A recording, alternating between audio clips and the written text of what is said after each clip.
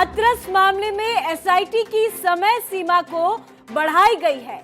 आज एसआईटी को जांच रिपोर्ट सौंपनी थी, लेकिन खबर जो आ रही है सामने, हाथरस मामले में एसआईटी की समय सीमा बढ़ाई गई है। एसआईटी को 10 दिन का और ज्यादा समय दिया गया है। तो आज पूरी जो जांच रिपोर्ट थी वो योगी आदित्यनाथ को, योगी सरकार को सौंपनी थी, क्योंकि पिछले दिनों 7 दिनों का समय दिया गया था। 7 दिनों में एसआईटी ने अपना पूरा जांच जो है वो कंप्लीट कर लिया था। आज जांच रिपोर्ट सौंपनी थी, पर बड़ी खबर आपको बता रहे हैं, समय सीमा को बढ़ा दिया गया है। 10 दिन का और वक्त दे दिया गया है। और एक बार फिर से रुक करते हैं हमारे संवाददाता गगन का, जो सीधा लाइव हमारे साथ बने हुए हैं। गगन, हम सुबह ही चर्चा कर रहे थे कि आज क्या कुछ चौंकाने वाले खुलासे होंगे। गगन, आपके पास लौटूंगी। नरेंद्र हमारे साथ फोन लाइन पे बने हुए हैं। नरेंद्र, एसआईटी को 10 दिन का और समय दिया गया है, क्या कुछ पूरी जानकारी? बिल्कुल पूजा, हाथरस मामले की जांच एसआईटी कर रही थी, लेकिन इस बीच तमाम ऐसे इनपुट मिले हैं जिसमें दहशत फैलाने की बात की गई है, जातिगत समीकरण जो था उसको लेकर दंगे फैलाने की बात की गई थी। तो इस तरीके से कहा जा सकता है जो और इनपुट मिले वो सारी चीजों की जांच भी एसआईटी करेगी।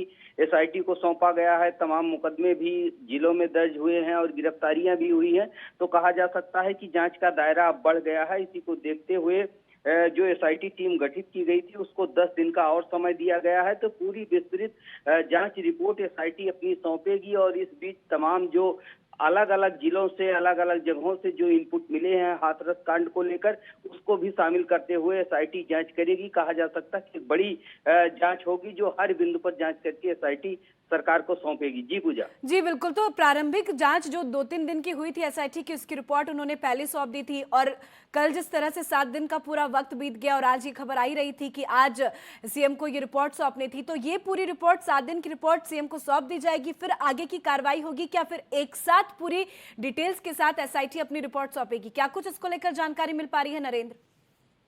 देखिए, अब एसआईटी का टाइम बढ़ाया गया है। एसआईटी पूरी जांच रिपोर्ट अब एक साथ ही सौंपेगी, क्योंकि एसआईटी ने ही मांग किया था कभी हमको और टाइम दिया जाए। अभी जांच करने के तमाम ऐसे पहलू और हैं जिस पर जांच हमारी पूरी नहीं हुई है। इसी को देखते हुए सीएम योगी आदित्यनाथ के निर्देश पर टाइम और बढ़ाया गया है एसआईटी का। तो पूरी जांच रिपोर्ट एसआईटी एक साथ ही सौंपेगी और 10 दिन के बाद। जी बिल्कुल नरेंद्र। तो पिछले 7 दिनों में एसआईटी की टीम कई बार पीड़िता के घर पे गई, परिवार वालों का बयान दर्ज किया। सूत्रों के हवाले से यह भी खबर सामने आई कि 100 से ज्यादा लोगों का बयान दर्ज किया गया है। गांव वालों से पूछताछ हुई है, हर एक पहलू पे जांच करने की कोशिश की गई, छानबीन करने की कोशिश की गई। तो ऐसे में अब फिर से एक बार एसआईटी की टीम जो है वो गाँव जरूर पहुंचेगी।